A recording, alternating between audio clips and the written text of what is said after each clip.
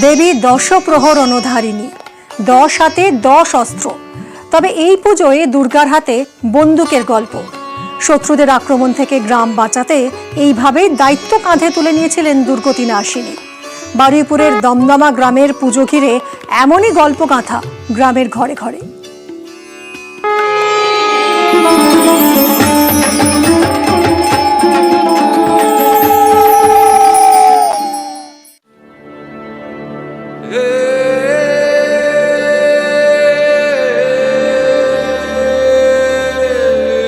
বারুইপুরের সর্দার বাড়ির পুজোয় হাজারো গল্পগাথা, বন্দুকধারী দুর্গার গল্প।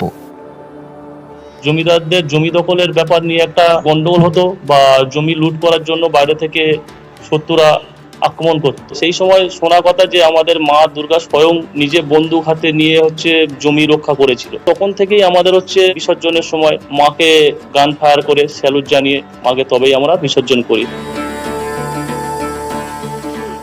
বন্দুকধারী দুর্গার গল্পগাথা। পুজোর আচার অনুষ্ঠানেও বন্দুক মাস্ট। বিসর্জনের আগে রয়েছে শূন্যে গুলি ছোঁড়ার রেয়াজ। শুরু হয়ে গেছে বন্দুকের ঝাড়পোঁছ। জন্মাষ্টমীর দিন কাঠামো পুজো, রূপোর গয়নায় সাজানো হয় প্রতিমা। ষষ্ঠী থেকে সপ্তমী পর্যন্ত তো এর কোনো বলাই যায় না, কারণ এখানেই আমরা সবকিছু সময় কাটাই। এখানে মায়ের জোগাড় করি, অঞ্জলির জোগাড় করি, অঞ্জলি দিই, গন্ডি হয়, বাতাসা ছড়া দেয়। তখন মনে করো মার নামে যা জমি ছিল এতেই মনে করো সব পুজো হতো, খৈলি হতো, বা খেতে নিয়ে সময়। কিন্তু এখন তখনটা পারে না। কর্মসূত্রে সর্দার পরিবারের অনেকেই থাকেন বিদেশে, কিন্তু পুজোর সময় নো এক্সকিউজ। সব কাজ ফেলে সবাই ফেরে ঘরে।